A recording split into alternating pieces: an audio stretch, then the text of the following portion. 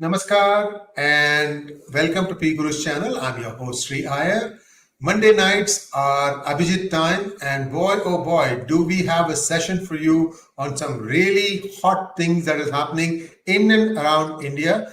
Without further ado, let's welcome our guest of the evening, Abhijit Iyer-Mitra. Abhijit Mitra, Namaskar and welcome to PGurus channel. Vetri Vail, and thanks for having me on. He is back into the fold. Vetrivel Veeravel. Yes. So my Lord Ganesha did the trick. I'm very happy about that. I got 5 rice bags delivered to my house from the Ganesha temple, as opposed to only one from the church, so I converted back.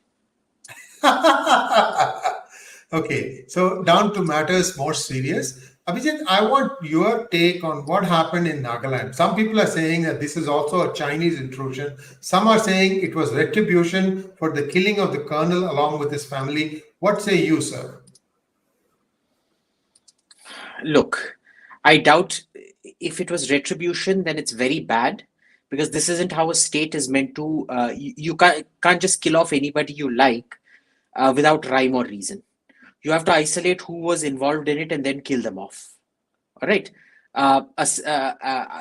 People feeling happy over an illegal thing. I'm not saying encounter mat karo, but agar encounter karte ho, at least kill the people responsible for it, not innocent bystanders on the road. What we've got to be really worried out here is the fact that there was a significant intelligence failure out here, or a failure of discipline. And honestly, I don't know which is worse. All right. If the military starts going around killing just to settle scores, you clearly don't have a very professional military then. Okay, it's one thing. See, on the Pakistan border, what happens is when they come and behead one of our soldiers, you quietly go over and behead some of their soldiers. That's fine. You're doing this to an enemy combatant. This isn't combat. Okay, you can't just go around killing people like this. Now, for me, the most plausible explanation was this was a very significant intelligence failure.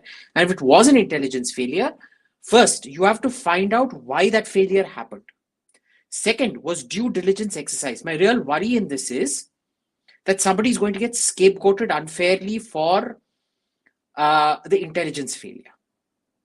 And remember, it isn't the fault of the soldiers. They were told what to do, where to go, who the target was. They were just following orders. What you have to find out was who did the intelligence, who did the cross-verification of the intelligence, who saw to it that, who verified it, what were the standards of verification, where did these things fail? The soldiers in this are innocent. It is the commanding officers and the intelligence officers here that are to blame. And against them, you have to take stringent action, following a investigation, of course.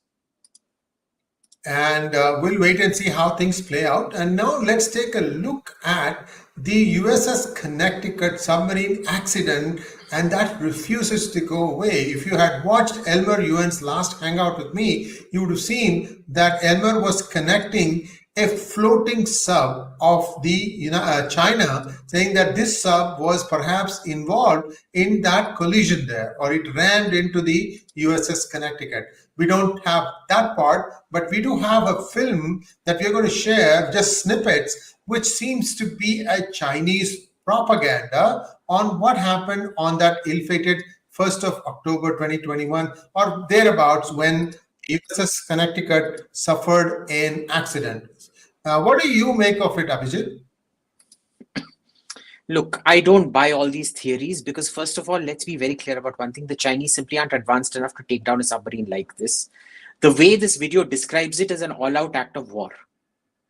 Remember that submarine wasn't in Chinese territorial waters. So for them to be doing this, they're essentially provoking a war, which is highly unlikely. Okay, so this video is completely untenable. It's a joke. Now, we also need to remember that this isn't the first time such catastrophic damage has happened to a submarine. If you remember in 2005-06, the same thing had happened to a submarine off the Hawaiian coast. Okay, the entire front section of that submarine got damaged. That was a Los Angeles class submarine. It got damaged. And these things happen. There's nothing you can do about it. they have more submarines than the next 3-4 countries put together, more operational modern submarines than the next 3-4 countries put together. They spend much more time out in the ocean.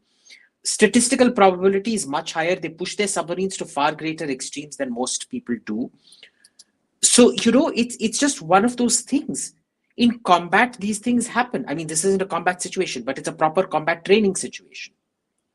So, and remember, if even 1/10, even a fraction less than 1/10, 1/100th of what this video describes was true, every single literal navy would have picked it up, because it's picked up sonar, because sonar is literally blowing a headphone underwater, a speaker underwater, so everybody can listen to it for thousands of miles away. So every single navy would have picked it up. So this is complete rubbish. It's unrealistic. Clearly the clown who made this doesn't even understand head or tail of submarine warfare. Okay, he doesn't understand the consequences of what he's saying. It simply couldn't have happened this way. And we have the past examples of the exact same things happening to these submarines. If you remember, in 2005, what was that submarine? I forget now. Los Angeles class submarine. One sec. Let me just do a quick search. 2005 submarine. Yeah, while he does that search, a quick shout out to all our viewers to like this program so that we have the best chance of going viral. And thank you once again in advance. Your support is very valuable to us. And Abhijit is looking up something on Uncle Google, and he's asking Uncle Google, and he'll be coming back really, really quickly. So in the meantime, may I request each and every one of you to join this program, join our channel, because you're going to get more benefit. We're waiting for some critical mass in terms of the number of members before we start sharing member-only videos. As much as we would love to give it to the current set, we need to have a critical mass so that it is meaningful to share something just with a select few. Thank you very much. Whenever you are ready, Abhijit, we can go. Right. Now, it was called the USS San Francisco, Los Angeles class submarine, and it happened in August 2005. The entire front part of the submarine was ripped off. And it was a completely natural accident off Hawaii. So there was nothing there. If you remember about 3-4 years back, a French and a British ballistic missile submarine collided with each other in the middle of the ocean. When they were both out on deterrence patrol, it was a 1 in a billion happening that two submarines would be at the same depth on the same trajectory and collide with each other. And you know what the amazing thing was? The crews didn't even know they had collided with each other. It was only when they surfaced back in home port, in the safety of home port, the damage was discovered. And when the damage was discovered, because NATO has this program where you match up where your submarine parts are, that is when they realized that they had collided with each other. These things happen. There's nothing so conspiracy theorist about it. Of course, all conspiracy theorists will jump, but this is just complete rubbish. This is just the Chinese trying to take credit for things that they have basically that they didn't do. All right, let's go to questions. We have some unfinished questions from last week, and let us try and zip through these quickly, Abhijit, because there are today's questions also piling up. So let's start with last week. Yes, Chandan wants to know, what is your take on the feminization of Indian society?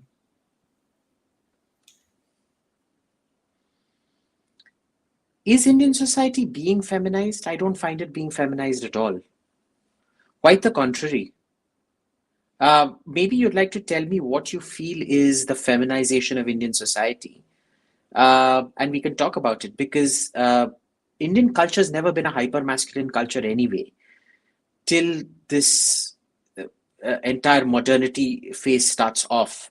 And that's where, those typical Punjabi mardon ka mard stereotype starts off, the Jat, Punjabi, Rajput stereotype, which is actually what the West would describe as toxic masculinity.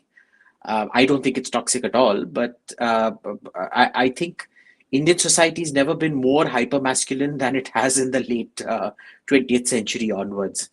But I'm just curious to know what you mean by is it Indian society is getting feminized?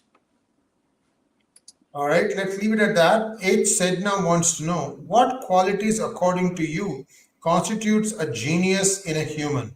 Is formal education an integral part, or are there any geniuses in human history who have not had a formal education?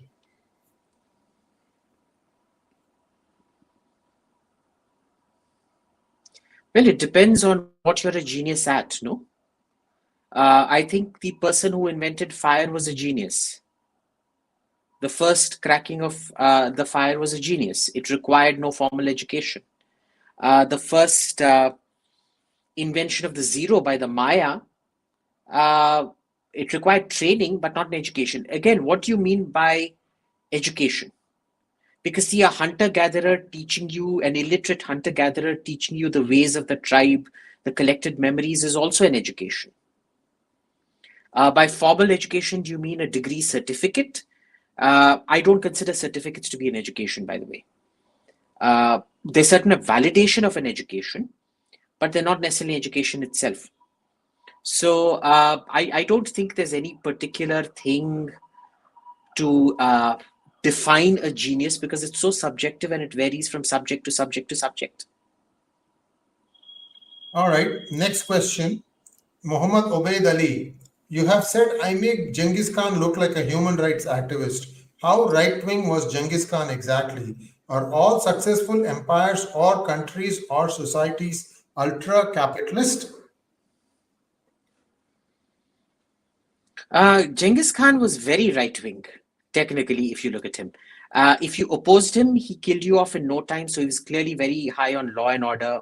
When he was in charge, criminality, you don't even think about it. The Mongols were too interested in trade and maintaining law and order to tax that trade for you to engage in too much criminality under them. So that didn't happen.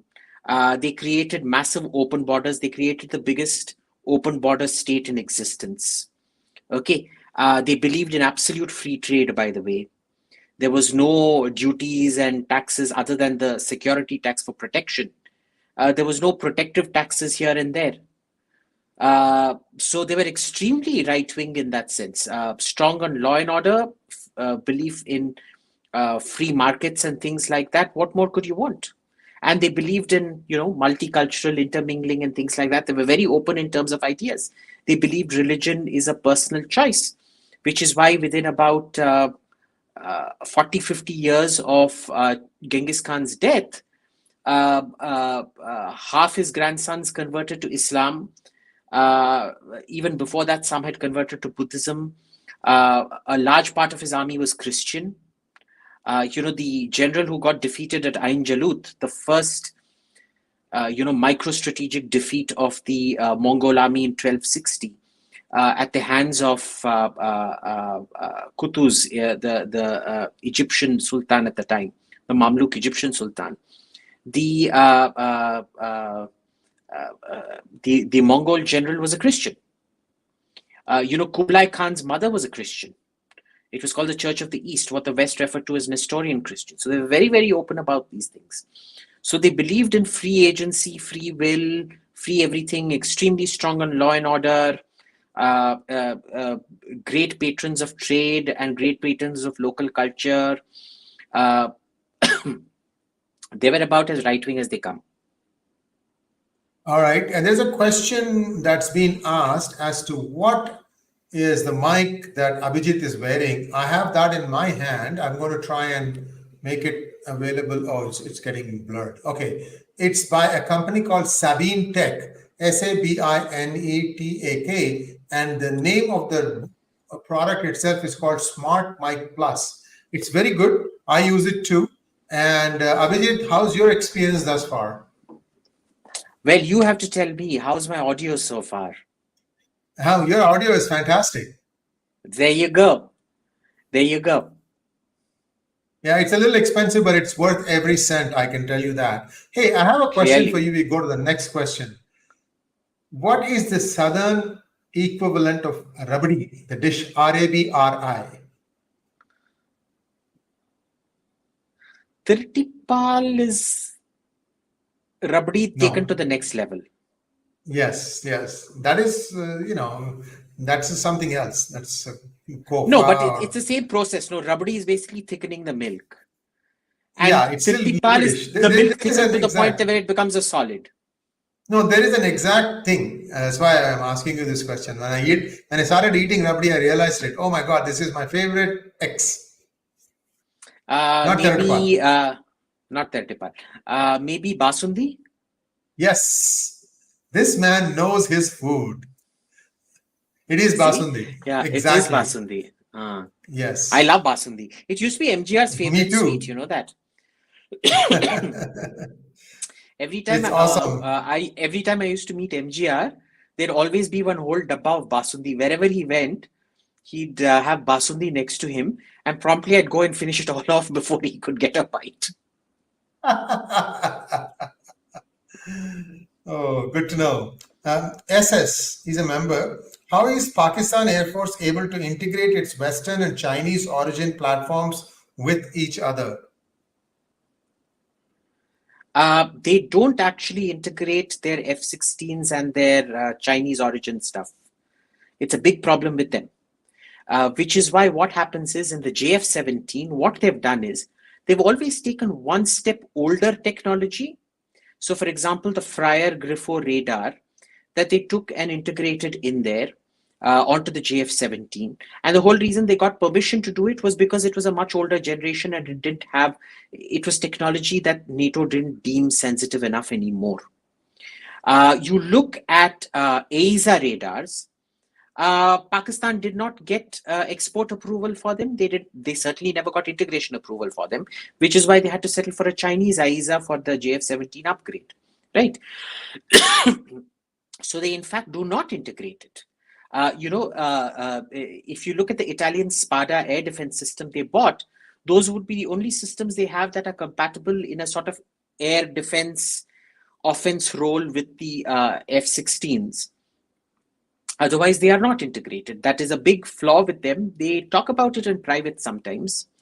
They won't give you too much details, but they are not able to integrate them, which is why they bought two different AWACSs. They got Chinese AWACSs to vector the other aircraft, and they got Saab ARIs to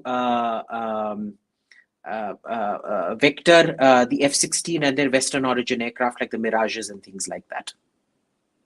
So the And Mirages could now possibly because their protection, end user protection would have lapsed by now. So they would probably be integrated with the Chinese thing. But the F-16s are vectored by the Saabs. Saab used to make automobiles too at one point of time. They used to make very good automobiles. The best thing in a Saab car was actually the fully stabilized cup holder. I don't know if people know this, but that was aviation technology. You could drive a Saab around corners and over bumps and things, and that cup holder was so completely stabilized, you wouldn't really have too much coffee spilling around or whatever when you drove it around. Check it out. The Saab, I think it was the 902 or 905 series. These beautiful cars. When I lived in Hong Kong, my mama had one. He had a Saab convertible. It was the 90. I don't even know if it was a 90, but he had it. My other mama also lived in Hong Kong at the same time. He had a Volvo, but I preferred the Saab because it was so cool. And my favorite thing to play with was the cup holder, because I used to tell him to take it around corners because Hong Kong has windy roads and up down if you live up in the hills in Chimsachui. So what happened was every time we'd go around, I'd always just keep watching the cup to see kitna Coca-Cola gira. And it didn't. It was truly amazing. It was like awesome technology. Awesome, awesome. So some weak humor here. In Tamil, Mariyada ulla car. Can you answer? Mariyade ulla kara. A car that is respected. Teliye. Saab. Saab, Sahib. All right. I told you it's a weak attempt at humor. Anyway, Kaddi humor, kaddi China humor. is in. Ashish Sharma wants to know China is investing in Hollywood heavily as we saw a Marvel movie based on a Chinese character. Are they trying to build their soft image now? Of course they are. You saw how they destroyed Richard Gere's career because he appeared with the Dalai Lama. They will keep doing this. Things like Mulan and shit like that. These are all attempts at propagating their own this thing. You saw how that fellow was forced to apologize after naming China, after China took whatever. Basketball player, They right? destroy you. They destroy you if you go against them, which is why nobody will open their mouth. All these BLM jackasses, did they ever open their mouth about Uyghurs and things like that? They never will. Next question. This is from SS. Will you ever upgrade PAF F-16 to Block 70 configuration? Will you upgrade PAF F-16 to Block 70 configuration? that is not I've happening.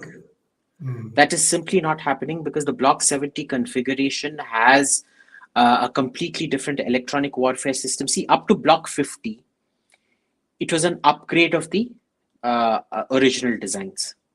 The Block 60 and Block 70 are about almost 70 to 80% different on the inside than the Block 50s that came before them. They're practically new aircraft, like the UAE Air Force's plane, which is technically the Block 60, is a completely different plane, which they will not give those kind of clearances to Pakistan, not in the foreseeable future at least. So no, you will not see an upgrade. You will not see AESAs coming in. The AMRAAM is already there, but they won't let the AESA come in. They won't be giving you a whole other set of missiles. They won't be giving you the HARM, the upgraded HARM anti-radar missiles. There's a whole load of things that are not on the table for Pakistan anymore. Hardik Thanki wants to know, what kind of deal do we have with Singapore for training their armed forces on Indian soil? Could it be a model for US deployment in India? I don't know the deals. I read about it long back that they had something, because remember originally Singapore had used to own land in Taiwan to train its air force. So and after China raised a stink, they withdrew from it. I don't know what the contours of the deal are, but I don't see why that should be a template for anything we do with America. With America, you deal with it completely ab initio. Unfortunately, we constantly deal with it from an inferiority complex based thing, which is not a very healthy idea. Next question. Have you read Arzan Tarpor's critique of the Army's Orthodox Offensive Doctrine, Carnegie 2020? Any disagreements, or is he overstating something? No, Arzan's a very dear friend of mine. He's a former colleague of mine. No, he's not overstating anything. He's pretty much nailed it quite accurately. Next question. Malyaban Bhattacharya, do you think that the arms lobby still holds relevance even now, and they will exploit the government to arm twist them to purchase on emergency basis, stating China threat? Look, boss, there is no arms lobby. It's basically your politicians and your higher military guys. Okay, get this over your head about this arms lobby. This arms lobby is as fantastical as aliens having kidnapped you and done experiments with you. Don't blame our incompetence on arms lobby and things like that. The problem is internal incompetence. We don't want to admit it. That's a different matter, but it is internal incompetence. There is no arms lobby. And as long as you continue to be incompetent, you're going to continue to import. Karan Khaitan wants to know your opinion of Devdutt Patnaik. Have you read any of his books? He's an A-grade fraud through and through. He just concocts things from his ass. He just makes shit up. He plagiarizes also, by the way. Okay, he got a friend to do research and then used his research without ever crediting him for it. So, no. I don't take him seriously because he just concocts out of nowhere. Karthik Bharadwaj wants to know, how should India tackle population growth, deforestation, and future water problems? Does it affect the industrialization of the country? Actually, it makes your industrialization more efficient if you tackle it properly. Okay, because it creates an industry. Water management creates an industry all on its own. Think of it this way. You are looking at training up people to monitor water usage. You're creating a service industry. You are narrowing down the transmission and usage of water. That in itself creates local mechanisms to monitor that water, water gauges and things like that. It can be a complete industry in itself. Using smart water techniques, smart showers, smart pumps and pipes and things like that, that in itself creates economies of scale of creating a completely new thing. In fact, water management, modern water management it helps in the industrialization of the country. Right? Even checking pollution and emission creates a new industry in the country. So it's actually a very, very good thing. Sorry about that. Next question. Utsav wants to know, how can a state like UP industrialize?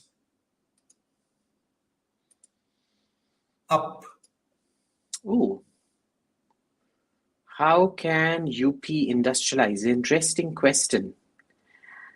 Look, it's a state by itself can't industrialize. It has to be a national effort. Because see, you need hire and fire labor laws. You need a correct aggregation of market value, because every Dumbo who comes off the streets, untrained Dumbo, can't be paid minimum wage given how useless they're going to be for the first year or 2 years till they get trained up. And they can't really get trained up unless you make them accountable through hire and fire laws. You can't industrialize unless you have stable infrastructure and stable electricity. You can't industrialize unless you have a stable tax regime and things like that. You can't just keep imposing cess, duty, this, that, whenever you want. You need a proper regulatory and judicial and dispute resolution mechanism. These are all national things. No state in India can industrialize by itself. They can probably do somewhat better than other states, but not completely. Next question from Privojit Chatterjee. Please shed light on mechanical technology in ancient India, like catapults, water clocks, etc. Was there an Indian equivalent of Heron of Alexandria? Look, the problem is these things aren't very well documented. The only thing I've heard about is in a Romila Thapar book on ancient India, where she specifically mentions catapults having existed in India around 600 BC during the Mahajanapada period, where they were called Mahashila Kantakas. Maha, big, Shila, stone, Kantaka, thrower. Other than that, I have not seen or come across any other references to these technologies, except, people like talking about Pushpaka Vimana, claiming it was actually the Boeing 787, which we had invented 25,000 years back. But other than those conspiracy theories, no. Our next question from Siddharth Ravikumar. So many people seem to talk so casually about breaking up Pakistan. Do you think India can actually handle the nuclear fallout and the refugee crisis? Absolutely not. This is something that worries me, that the public discourse is full of wishful thinking. Wishful thinking and masturbatory dreams masquerading around a serious analysis. It can't happen, boss. This Atmanirbhar Bharat, this, Akhand Bharat, Pakistan kal mit jayega, it's not happening. If you think it's going to happen, you really need to go to a psychiatrist, because you might be suffering from serious delusional problems. Not happening. And if it happens, it'll be because of circumstances completely, we would have contributed to it, sure, but it'll be because of circumstances completely outside our control and outside our prediction. Nobody actually predicted, I mean, some people predicted, it was wishful thinking that predicted the USSR would collapse. But remember, the USSR collapsed because of one man, Mikhail Gorbachev, and his incompetence. The USSR Next could have gone in a question. completely different direction, you know. So no, no. Abhay Thakur wants to know, how did the West get developed and why not India?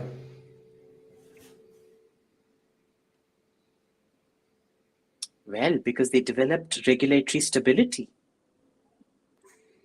They developed things side by side, where science was valued above all else, where it sparked off an age of discovery where everything had to be validated. There were a lot of things that happened simultaneously, whereas in India, you simply weren't concerned about these things. And a lot of it started off because of the manpower shortage and to make up for the manpower shortage. We all like to claim, it was the Indian, it was the plunder of capital from India that industrialized Britain. That is such complete and utter hogwash.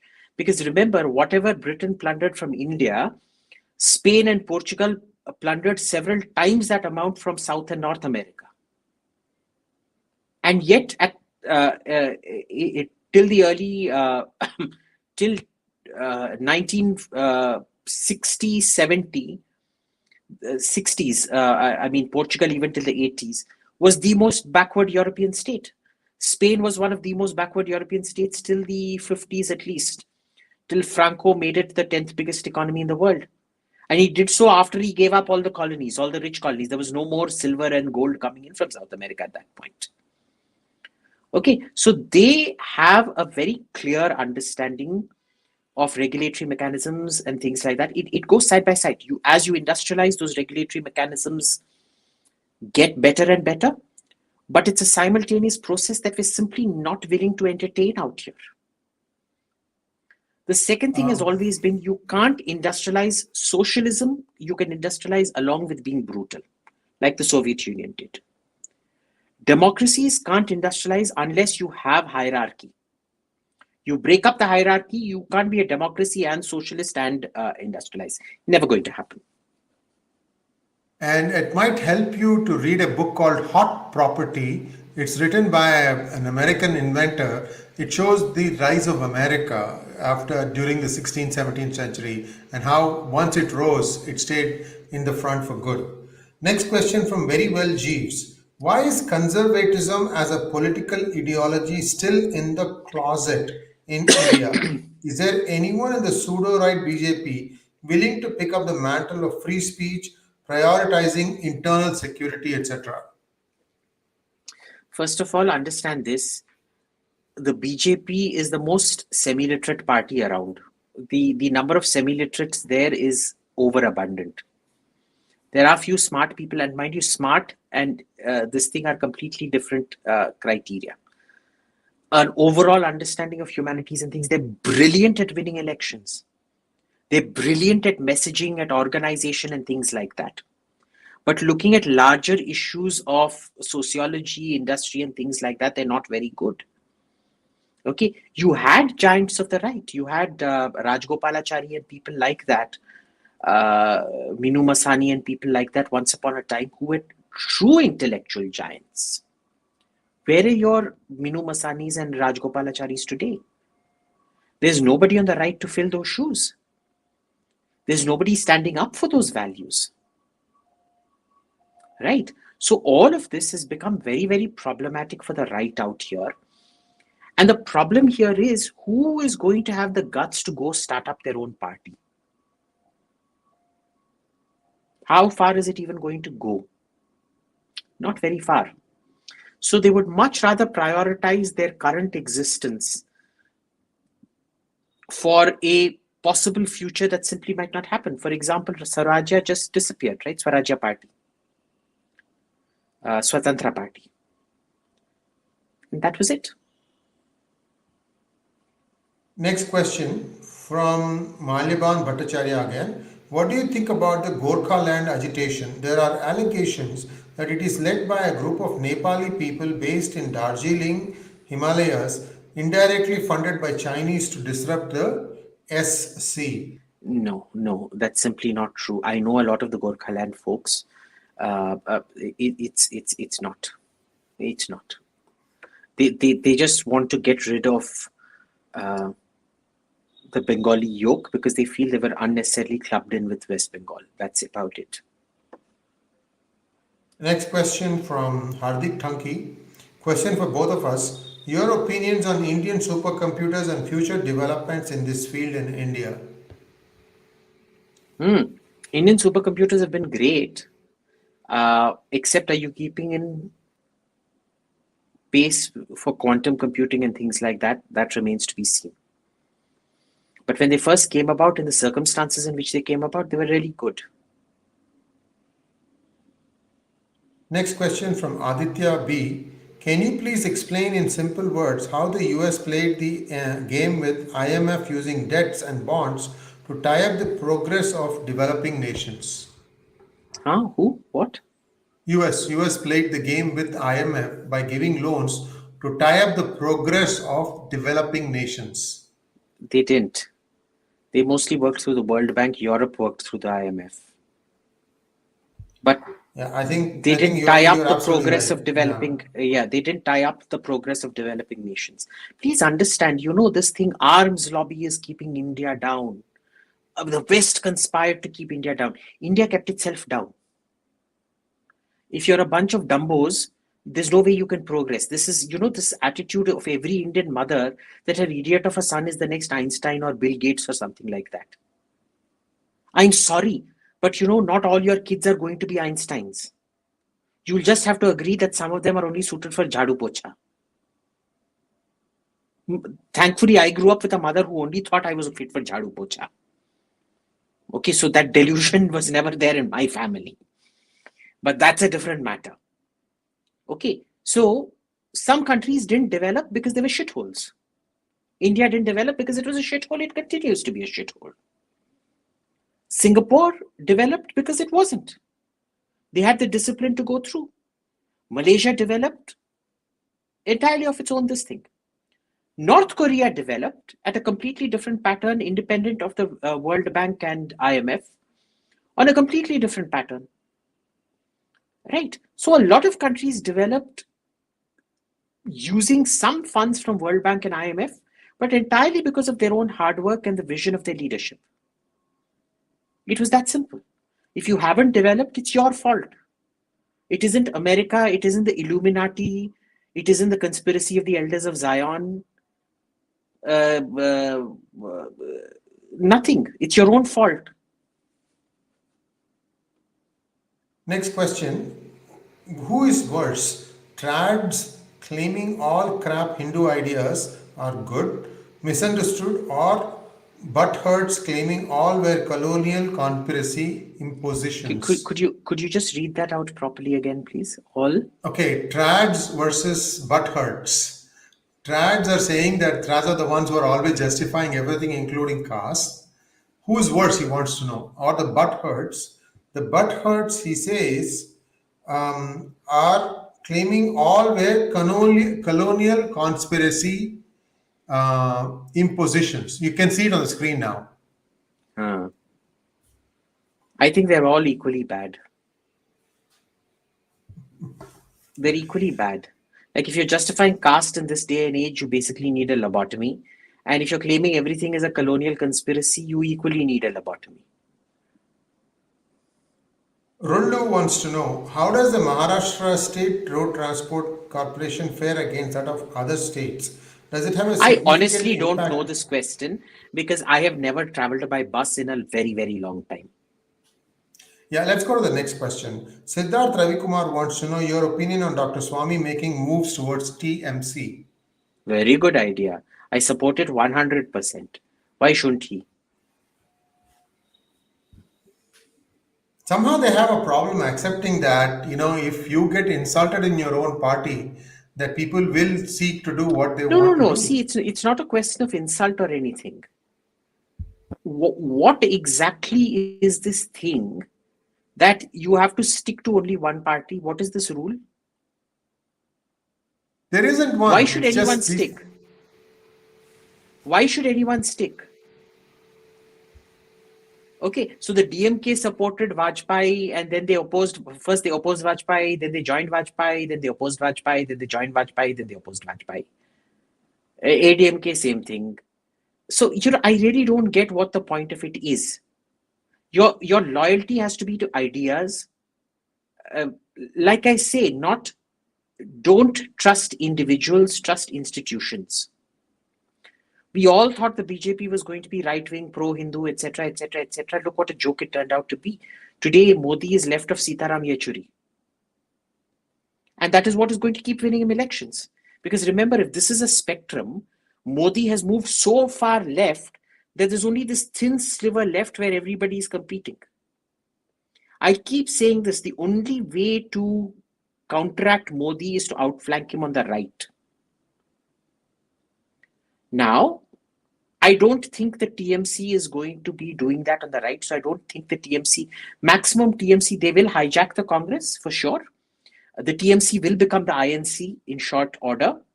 And Mamata will send Rahul and Sonia packing back to Italy. But I don't think, being the kind of sort of leftist politician that she is, I don't think her constituency will accept right-wing reforms. I don't think her constituency will, her vote share will ever exceed 100 seats at best. I don't think she will ever be in a position to put up a credible threat to Modi. And within this, if Swami wants to find his space, what's wrong? If he thinks he can push her to the right somewhat, or he can exercise a calming influence on her and face up to the crimes that were committed against Hindus following her election victory, great. He'd be doing something that Modi never did. Yeah, next question from Krishna Aital, and it is for both of us. Who is higher in the pecking order of ego, Iyer or Iyengar? Ego, Iyengar, but genuine superiority, Iyer. See, Iyengars have a mismatch. Iyers are genuine. We are superior and we are understated. Iyengars keep telling everyone they are superior, but in fact they are not. They're essentially a piece of green pea pretending to be an elephant's egg. Whereas the Iyer is the sum total of the universe. See, Iyer, the translation of Iyer, the Sanskrit is Tattvam Asi. The translation of that into ancient Tamil is Iyer. I thought it was more out of Arya, which meant a respectable person, and that went into No. no, hear me out. Iyer, No. and in Telugu speaking areas. No.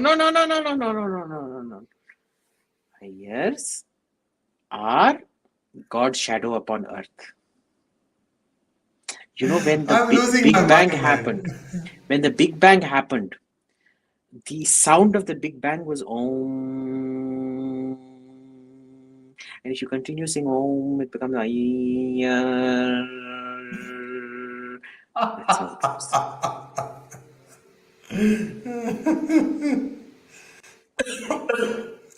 Man Kramer, why can't India break the cycle of arranged marriage? I think it's already happening. Why do you want to break the cycle of arranged marriage? What do you have against arranged marriage? See, you should have something against forced marriage. But what is arranged marriage today? It is just a intelligence bureau checking. Does this boy have bad habits, or does this girl have bad habits? Does she eat meat? Does she eat onion or garlic? Is her uncle drunk? Does she have alcohol problems in her family? That's what arranged marriage is today. What's your problem with that? It's a glorified dating agency. Next question from Vipin Kumar. Sir, was Pakistan created to insulate the truncated India from erstwhile Soviet influence? I've never seen any proof of that. I've never actually seen any proof of that. In fact, I would say not, because that is what Afghanistan was created for. Okay, and remember, the Pakistanis, the Brits wanted to create Pakistan because they felt that Jinnah would be much more accommodating of British and American geopolitical necessities than India would. So it was actually much more to do with their own interest than it had anything to do with Soviet influence. Hey, quick question for you. Did you know that if you think about 100 British military personnel at the time of partition, that the majority went over to Pakistan? Huh? What? Let's say if 100, if the total contingent of British army people, officers, all the way down to enlisted, right? The majority went to Pakistan, like 70 or 80 I'm of not. I'm those. not aware of this. I'm not aware of So this. the story is written by the last 80 camp to Lord Mountbatten. His name is Sarla, something, Maninder Singh Sarla or something like that. And his book is The Shadow of the Great Game. Because he writes about what happened during that time. Because he was a ADC. Anyway, very compelling reading, by the way.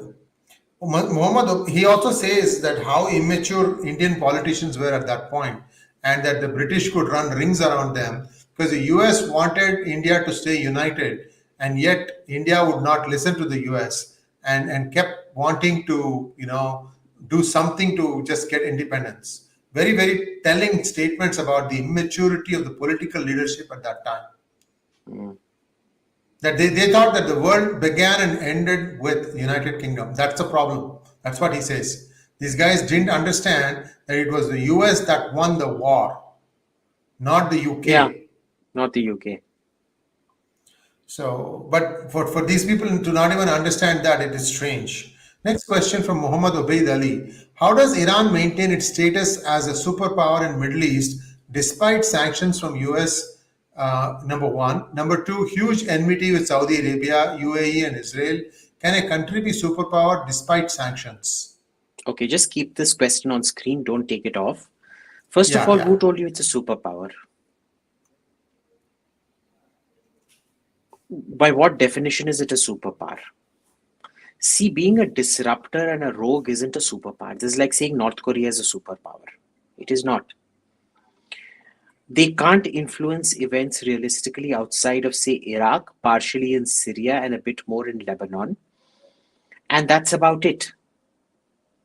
All right, in Bahrain, here and there, but even there, that's because of a Shia majority. Their thing is entirely denominational politics. Now, remember, this whole thing started off before this, under the Shah.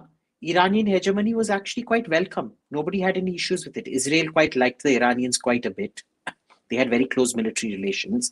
The Saudis liked the Shah quite They a had bit. a lot They of used to Jews play there second too. fiddle. Iran had a lot of Jews. And they played second fiddle to Saudi Arabia.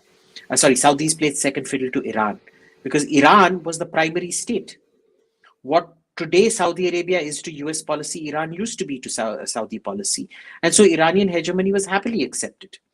If anything, this current regime has destroyed Iran. In 1979, Iran had a higher per capita income than, by the time the Shah was deposed, they had a higher per capita income than Taiwan and South Korea. They were going to be the next industrial superpower. It was all aborted by the Islamic Revolution. And even the term Islamic Revolution, they didn't want to call it a Shia revolution because Khomeini basically wanted to start off revolutions all across the board. He wanted revolutions to happen in Bahrain, in the Emirates, in Saudi Arabia, all over the bloody place. And for somebody who had just felt the downside, because remember, King Faisal was assassinated in Saudi Arabia, and they blamed a lot of it on the Muslim Brotherhood's influence. They didn't want another revolutionary movement, so they all ganged up on Iran. Now, this acts of defiance, as glorious as those defiances may be, do not make you a superpower. This is like saying the Jews sitting in Masada before they were slaughtered by the Romans were a superpower. No, they were not a superpower. They were a sad, pathetic joke. So no, Iran is not a superpower. It has great disruptive value and it disrupts a lot.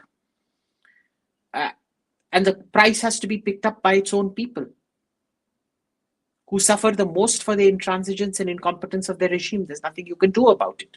Do they play a very good game being on the back foot? Yes. But see, would you rather be Mukesh Ambani and play Mukesh Ambani's game, or be a rickshaw puller and be, very adept at rickshaw pulling? So no, they don't. They've screwed up very, very badly. And when you go to Iran, you understand how bad the situation inside the country actually is. If you actually... I just lost you. Hello? Yeah, now back. You're back. You're back.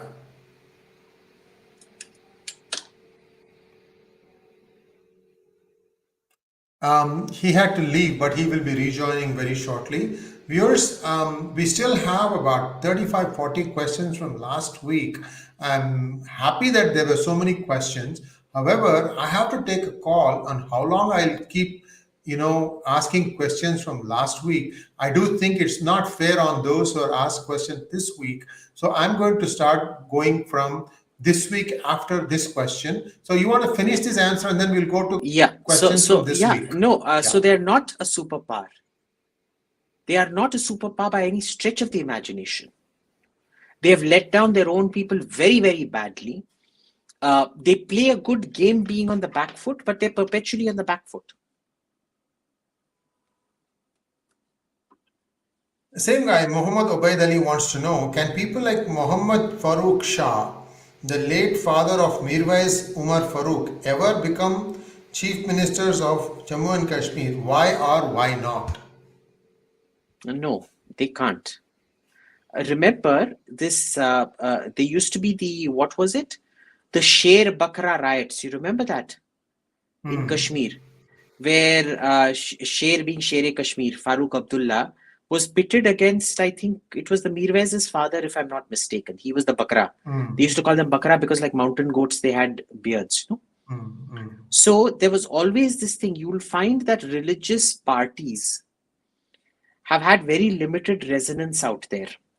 Unlike, quasi-secular parties. Because remember, they're not entirely secular either. I mean, as much as you'd like to think of Sher-e-Kashmir as being secular, he wasn't really. Mehbooba Mufti, her MQM only got the numbers required. Well, her father only got the numbers required when they agreed to become the B team of the Jamaat-e-Islami. The A team of the C team of the Jamaat-e-Islami. The A team of the Jamaat-e-Islami is the Lashkar-e-Toiba. The Jamaat-e-Islami is the B team. And the PDP is the C team. So one operates in the theological realm, one operates in the special operations realm, the other operates in the political realm. That's the way it works. Right. But even for that, why is it that the Jamaat-e-Islami did not contest and they had to create a PDP? So I don't see the Mirwais becoming chief minister anytime. Next question. Can Pakistan ever be cleansed of their elites and a more common man friendly government or system be set up? What happens if the TLP party comes to power in Pakistan? Not happening. Not happening.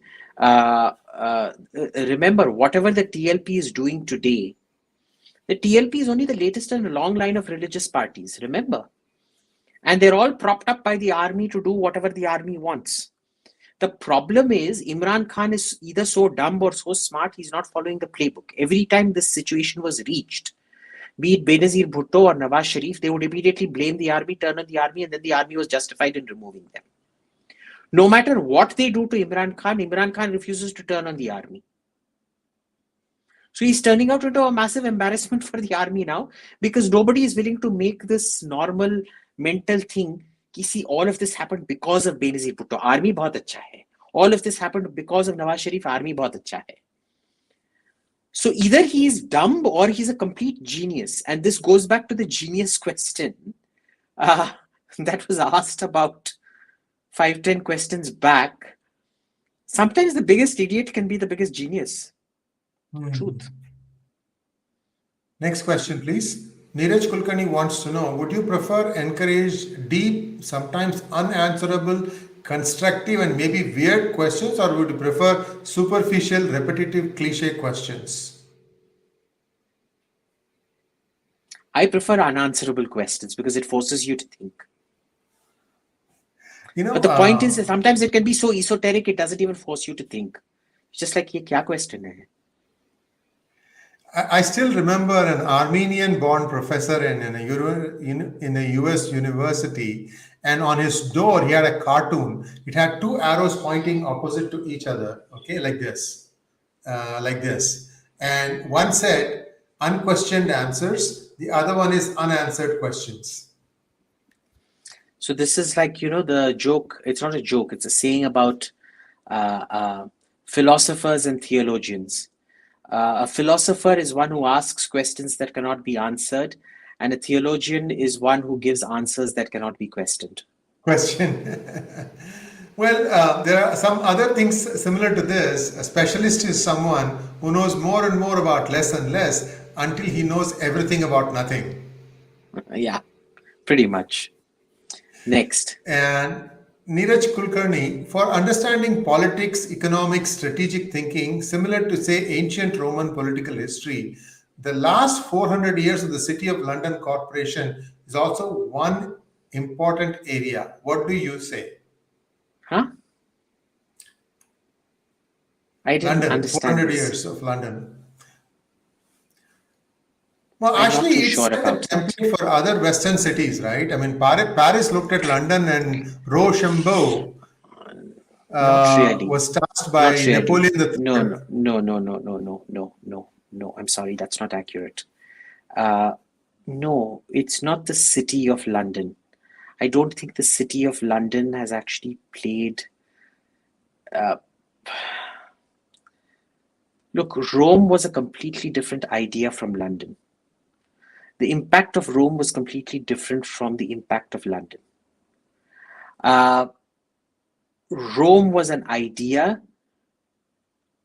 London was just a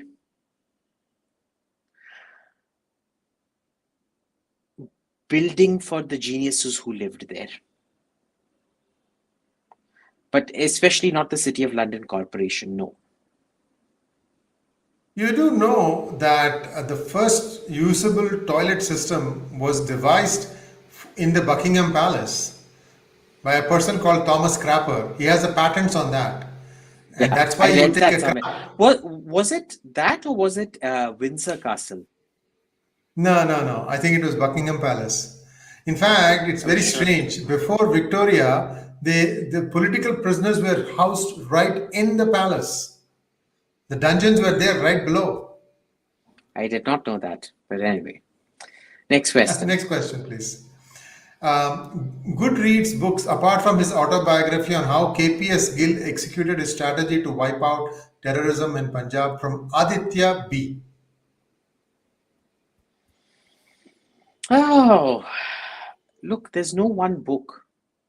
Because see, first to get into the mind of how terrorism works, you need to read a lot of Mao Zedong.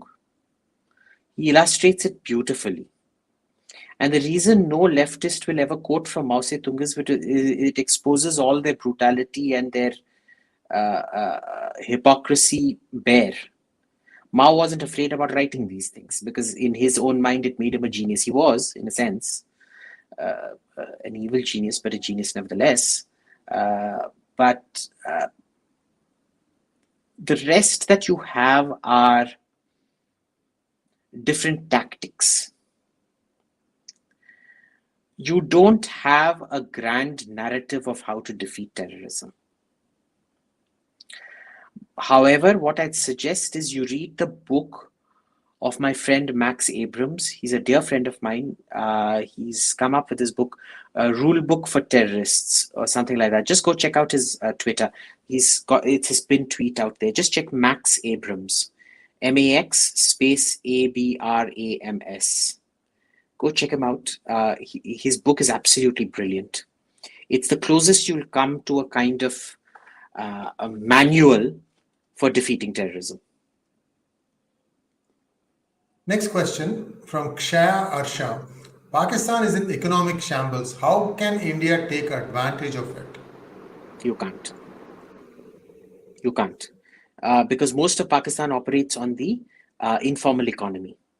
And they really don't give a shit how bad. And mind you, this isn't the first time that their economy's been in shambles. They've been in economic shambles some 3-4 times before. It never produced anything. So India can't take advantage of it. We don't have the state capacity to take advantage of it. Next question. Any insights on Putin's visit today? Yeah, he's come to attend Vicky Kaushal and Katrina Kaif's wedding, specifically to discuss the S-400 missile shield for shooting down drones over the wedding. Is it possible for it to do it? No. See, a drone of the kind that would surveil Vicky Kaushal's wedding would be absolutely tiny. It would be short range, and it would be well under the S-400's minimum engagement range.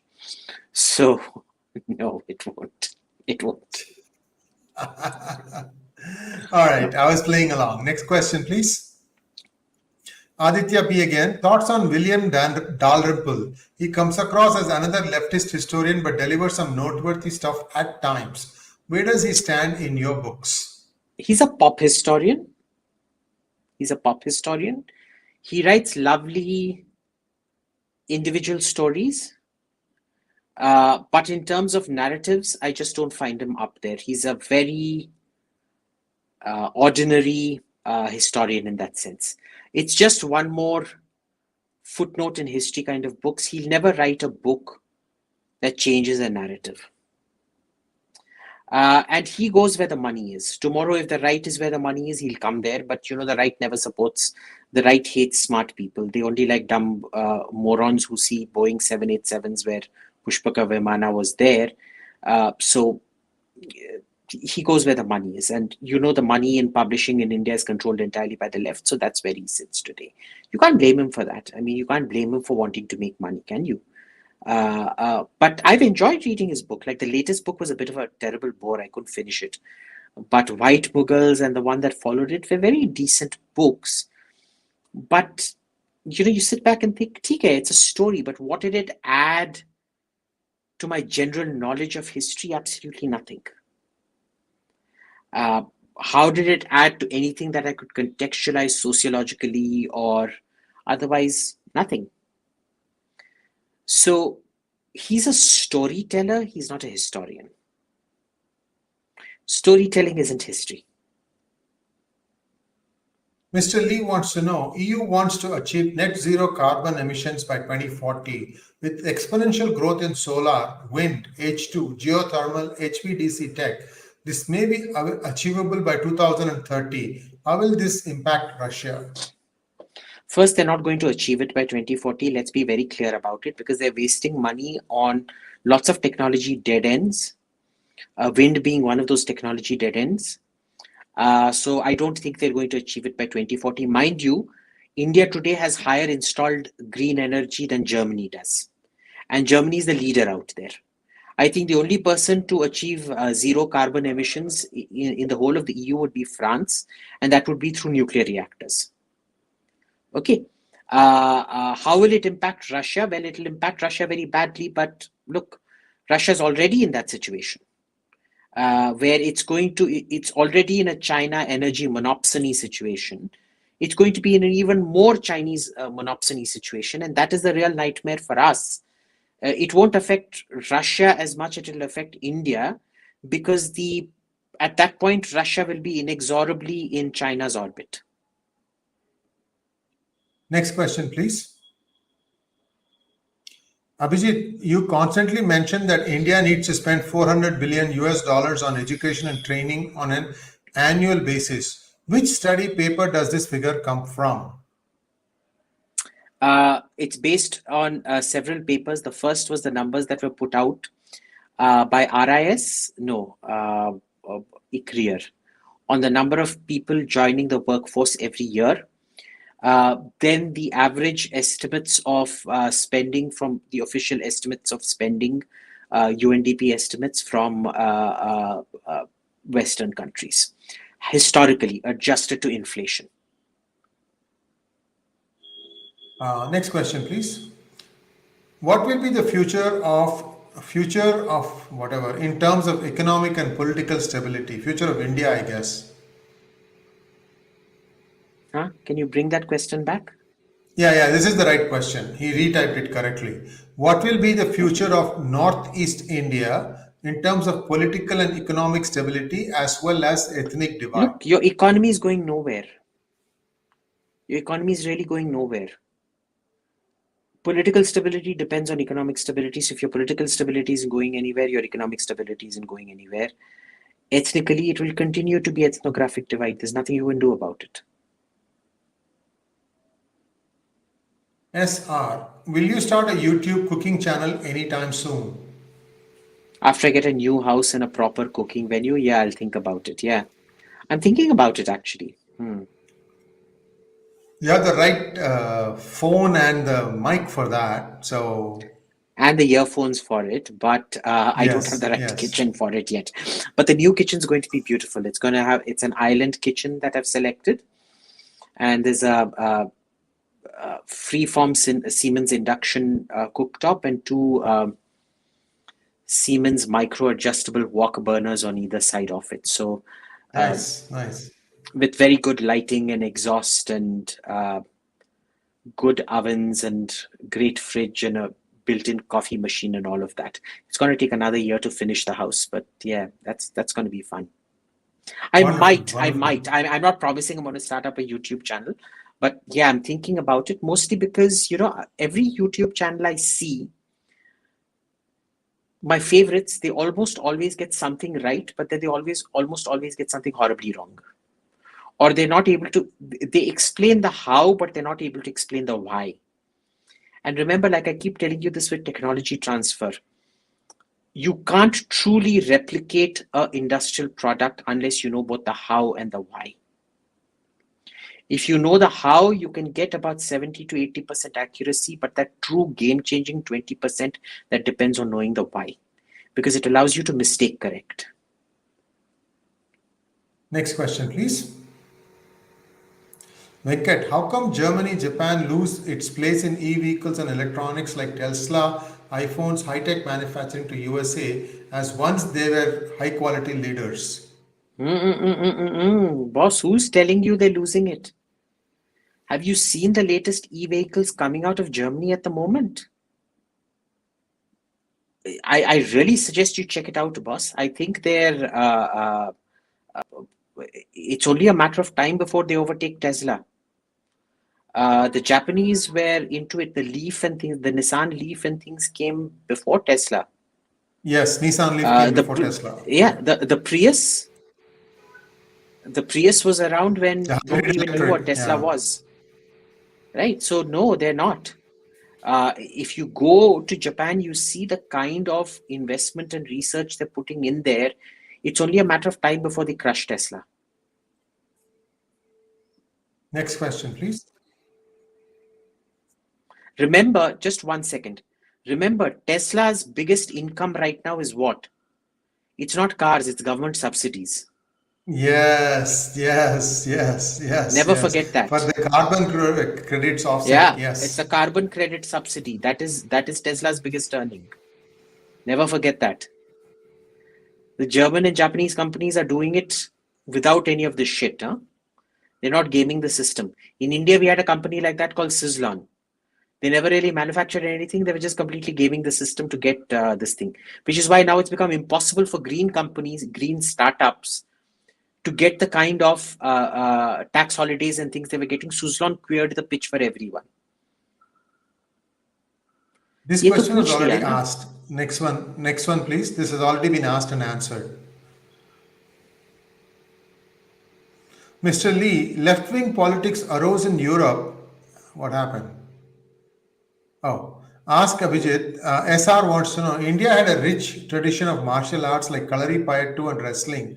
Why is it that these practices have vanished? Probably because they have no resonance. You make something sexy like Kung Fu or, even Kung Fu. Who actually practices Kung Fu? Mostly people learn Judo and Karate, Even though you have more movies about Kung Fu than you do about Judo and Karate. Where is Kung Fu today?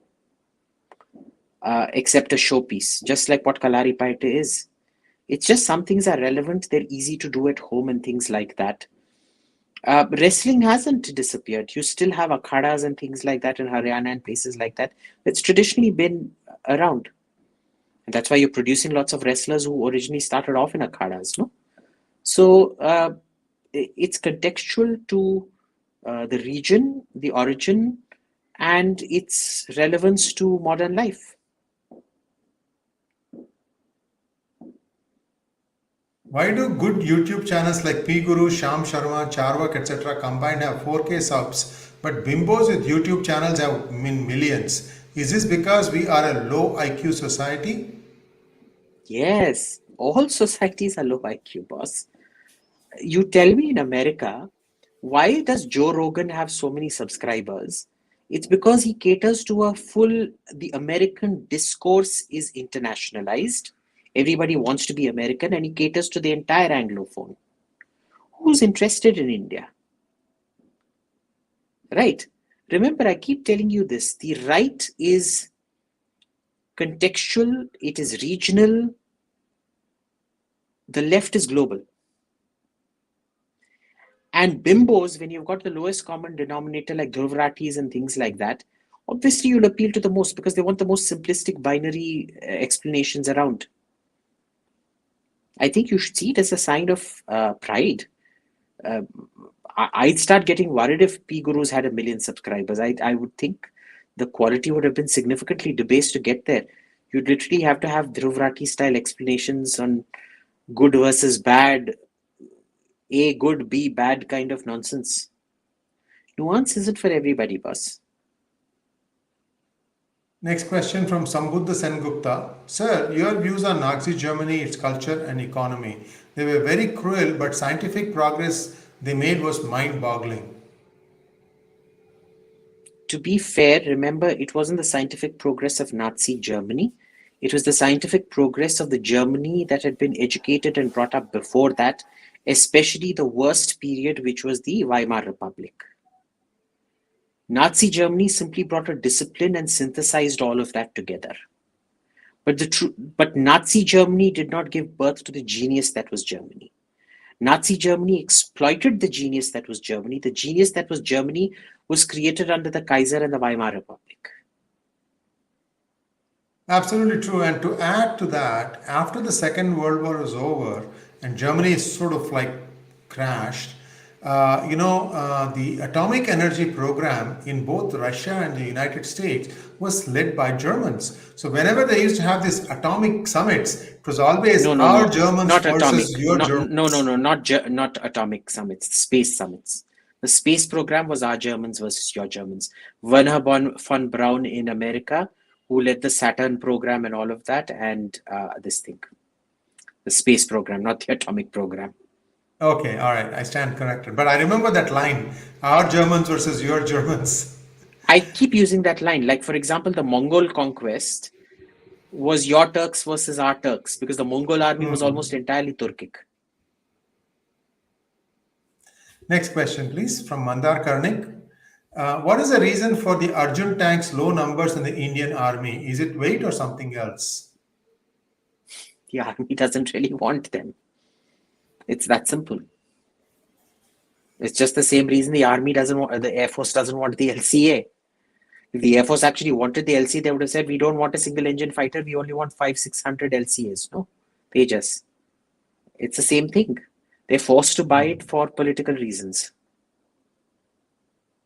Ganeshan Anantaraman wants to know, Mr. Mitra, would like to meet you at Chennai. Is it possible? No, boss, I've just got too much on my hands right now. Next question, please. Siddharth Nayak, referring to a comment in Jaipur Dialogues, isn't India's disparate defense acquisition more a measure to placate the IAS? Because it's more prudent to have a little of all than to battle the bureaucrats for a large-scale acquisition of one item. No, it isn't. A lot of this nonsense starts up in the army itself. The bureaucrats are merely the last stage of it. It has nothing to do with to placate the IAS. The problem is the IAS are such a bunch of duffers that they should be acting as the check and balance. They never do, because they keep getting taken for a ride and they're petrified that if they do something, the defeat will be blamed on them. Next question, please. Maliban Bhattacharji. Hi, I'm Abhijit. There are reports that some serving and retired PLA generals have been training Northeast insurgents at Yunnan province. From there, they are entering India versus via Burma. Do you take such reports seriously? I'd always take these reports seriously. The problem is I haven't seen any proof of it yet. But I have no reason to doubt it because they've been doing this to Burma for a while now. Prakash Yadav. Sir, what is the role of church in the politics of Northeast? 2. Why CM of Meghalaya wants to repeal AFSPA law as few days earlier some terrorists killed a soldier's family in Manipur? The church dominates every single discourse in the Northeast. To the point where I would actually say the ulema has the ulema and the ayatollahs have far lesser say in Saudi Arabia and Iran than the church does in the Northeast. Okay, number one. It's a huge threat to national security, but like all things with this government, they are so dumb and so election oriented, they either don't understand what to do or they're too crazy for votes to do what they need to do. 2. AFSPA, I have never supported AFSPA. It's a disgraceful law. Even the basic accountability that you need is not built into that law. Okay, and the worst thing is you don't actually need many of the provisions there which are just there to harass the local population. You probably needed it like some 40, 50 years back at that level of technology. But in this day and age, you can put body cameras on people and things like that. You don't need a lot of the powers that the military has under AFSPA. Okay. Now, let's understand this.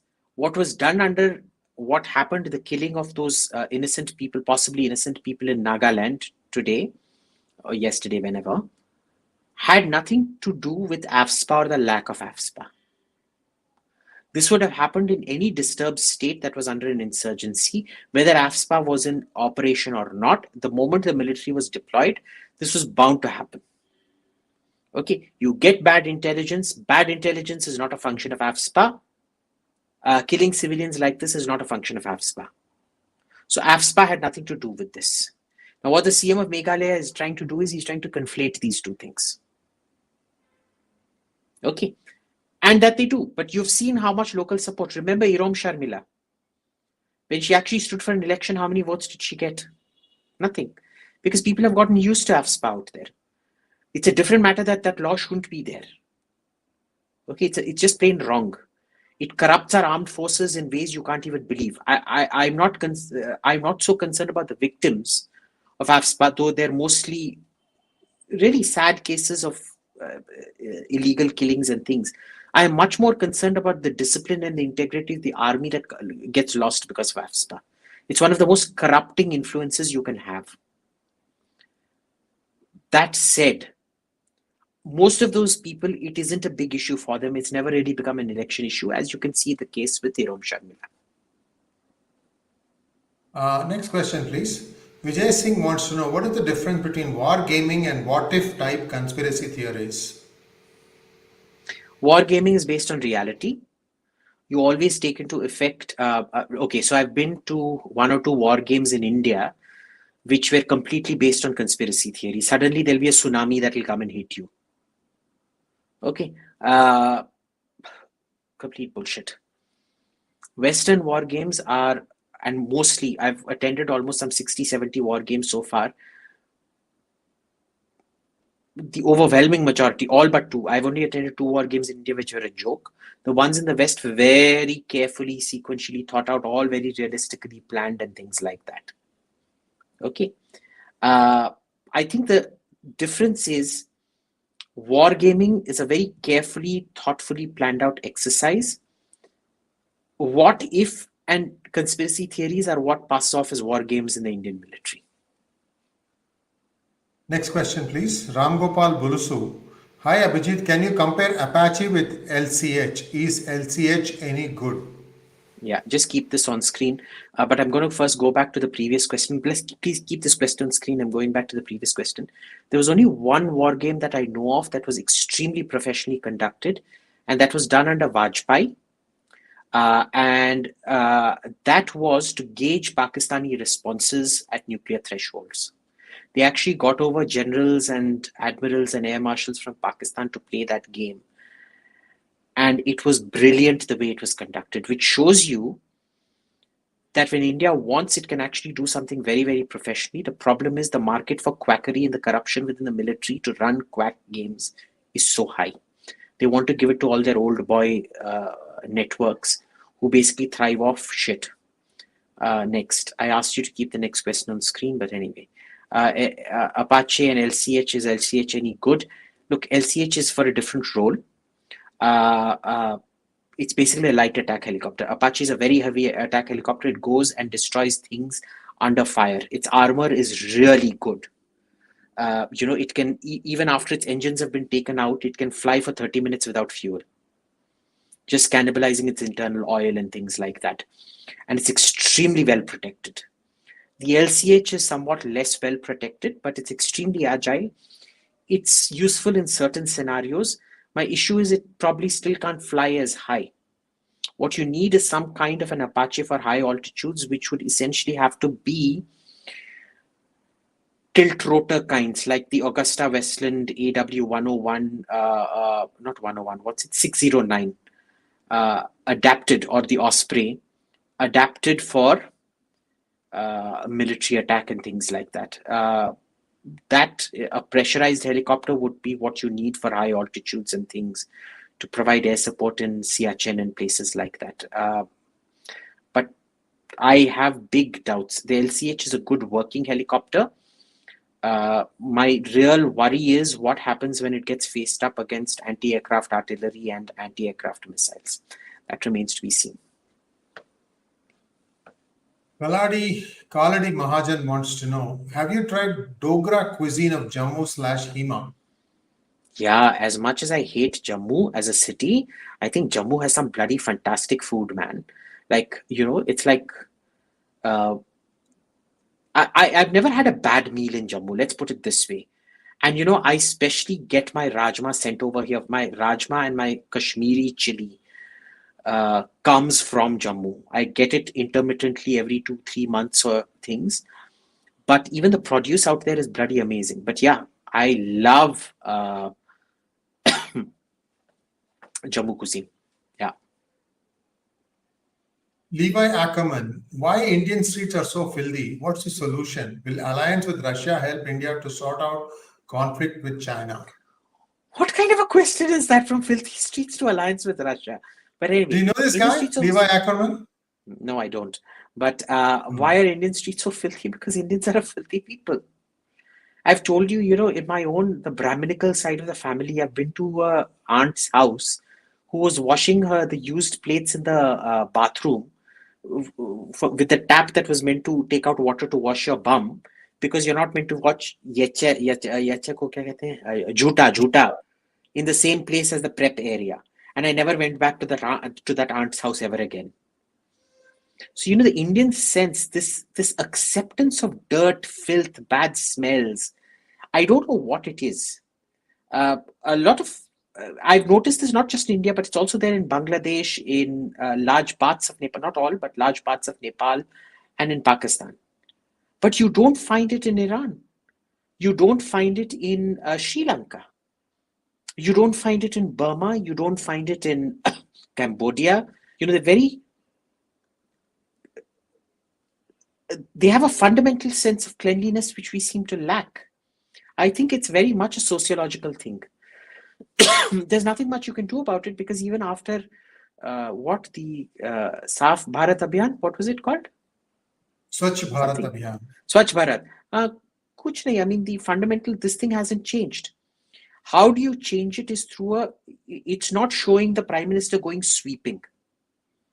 It's showing people basic things like what is hygienic and what is not, running ads about it. Instead of wasting money on front page multi-crore ads in newspapers that nobody reads, popularizing some scheme or spending money on jingles, what you need to be showing is how to pull the flush. Why are bad smells hygienic? Why is throwing garbage out? You need to shame people. You know, one of my aunts is aunties, not aunts, aunties, is this bureaucrat in Tamil Nadu called Sheila Rani Chunkat, my mom's friend. And she was in charge of these districts where female infanticide, not feticide, infanticide. After the kid was born, they'd either wring the neck or stuff a wet towel down the throat to choke the female kid and bury her. She turned the tide almost single-handedly by naming and shaming people. Even when they couldn't find proof, they'd say, look at this woman, she had a baby, where is the baby gone missing? She would be humiliated in public, and within the space of 3-4 years, the impact was extraordinarily significant. You need public naming and shaming. Have something like, you have the Murkraj contest that Jaspal Bhatti, who was a comical genius, he died too young, according to me. He was the only real comic that India had at one point of time, I mean, Veerdas and all aren't even shit compared to him. They're not even worthy of being his shit, or leave alone his shit. His shit has substance. They're not even worthy of being his fart. He used to run this thing called the Murkraj contest. You need to have a Gandharaj contest, where every a person who throws their garbage out or things like that features prominently on ads saying, look at this fellow, dirty fellow, he threw this garbage out on the streets. If you see him, please throw your kachra at him. Please take your dog's poop and throw it at him, or throw it into his house or something like that. Unless you have this kind of public naming, shaming, to even create the awareness of what the hygiene consequences are. People don't even know what the hygiene consequences are. All of these things have to be explained. Okay, very important. Will alliance with Russia help India, China? Well, look, that's like such a huge question. We can do a whole program on that. But right now, the problem is Russia is floating into Chinese orbit, and there's nothing we can do about it. We're going to take only one or two more questions because we're coming up to 1.5 hours and it's really long. Arjun wants to know, why would 21 San Francisco go around the library killing innocent Indians with the legacy of Brigadier Shekhawat and the like? It doesn't add up. Looks like a perfect storm of China intel sabotage plus pressure. Oh, this is to do with Nagaland, boss. Killing, they wouldn't have known. Like I said, if you heard my answer before, the soldiers wouldn't have even known who they were ordered to kill. Like, the guy who actually fires the Hellfire missile on the Predator drone wouldn't even know who he's killing usually, though that requires a much higher clearance. Some of them do know. It is the intel that was flawed in this case. The soldiers probably just went out and carried out their orders without question. And this conspiracy theory is too far-fetched. This could have only been a China thing if they'd completely compromised you, which is, of course, we are compromised to China. There's no doubting that. All right. And this is the real last question for today. Naresh Patel wants to know, how old is Sanskrit language? Ambedkarites claim it to be only 1,000 years old. Baba, I'm not getting into this. I'm not a linguistics expert. I'm not getting into this. All right, guys, that's it for today. Thank you so much. We'll ask the pending questions next week. And we're really sorry about missing out some of the last week questions. There just were too many. We did it for about 50 minutes today. So thank you very much, Abhijit, and namaskar. Vetrivel. Vetrivel, Veeravel.